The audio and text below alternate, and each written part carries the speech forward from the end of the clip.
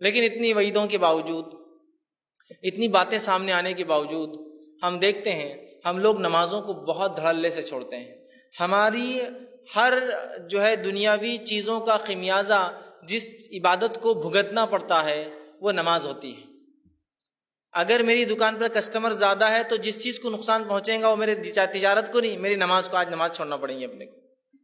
اگر میں کھیل کود میں لگا ہوں تو جس چیز کو خمیازہ بھگتنا پڑے گا میرے کھیل کود کا تو وہ نماز ہی ہو سکتی ہے۔ میرے کھیل میں تو کوئی کمی نہیں آ سکتی، اس میں تو کوئی چیلنج نہیں، کوئی سوال ہی نہیں۔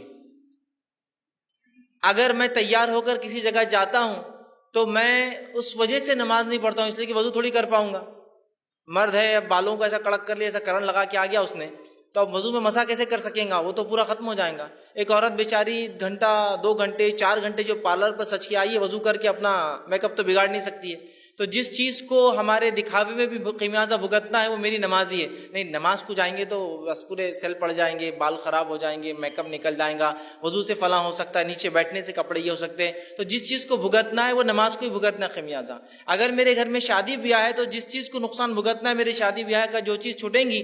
وہ شادی بیاہ نہیں ایسا ہو سکتا کہ نہیں آج شادی نہیں ہوں گی اگر نماز کا معاملہ آ گیا تو وہ یہ ہوگا کہ میری شادی کی وجہ سے نمازوں کو میرے خمیازہ بھگتنا ہے اور میں نمازوں کو چھوڑ دوں گا لیکن شادی کا پہلے اہتمام کروں گا۔ تو وہ آج دیکھا جا رہا ہے اس فریضے کی اتنی کم اہمیت ہے کہ ہمارے تمام چیزوں کا خمیازہ اور نقصان، خمیازہ بولتے ہیں نقصان، کسی چیز کو اگر بھگتنا پڑتا ہے تو وہ میری نماز ہے، وہ میرا فریضہ ہے۔ گویا اس کا مطلب یہ ہوا کہ اس کی اہمیت ہم اس حد تک کھو چکے ہیں کہ ہمارے لیے نماز چھوڑنا آسان ہے لیکن تجارت نہیں، نماز چھوڑنا آسان ہے لیکن شادی بیاہ نہیں، نماز چھوڑنا آسان ہے لیکن کھیل کود نہیں، نماز چھوڑنا آسان ہے لیکن دنیا کی کسی اور چیز کو ہم ترک اور آگے پیچھے نہیں کر سکتے۔ حالانکہ ہم اس دین اور اس شریعت کے ماننے والے جس کے اندر نماز فرض ہے، اور اس حد تک فرض ہے کہ نبی اکرم صلی اللہ علیہ وسلم نے اور قرآن نے اس کا حکم دیا اور نبی نے اس کا طریقہ بتایا کہ صلاۃ الخوف کیسی پڑھی جائے۔ صلاۃ الخوف وہ نماز ہوتی ہے کہ جب دشمن سامنے ہو، لڑائی کا معاملہ ہو تو تب بھی اسلام سکھا رہا ہے نماز تو نہیں چھوڑی جا سکتی ہے۔ اس کا طریقہ سکھایا جا رہا ہے کہ ایک جماعت امام کے پیچھے کھڑے ہوں گی، وہ 2 رکعت پڑھیں گی اگر 4 والی نماز چل رہی تو، پھر وہ وہاں سے ہٹ جائیں گی، دوسری جماعت آ کے امام کے پیچھے مل جائیں گی، جب باقی کے 2 ان کے ساتھ پڑھیں گی، گویا آدھی جماعت کو 2 رکعت اور آدھے لوگوں کو 2 ملیں گی، امام کی 4 ہوں گی، باقی کے آ کے وہ مکمل کر لیں گے اپنی بات میں۔ تو گویا خوف میں بھی ہے، خوف مطلب جنگ کی حالت میں جان جانے کا معاملہ بھی ہے تو نماز پڑھی جا رہی ہے۔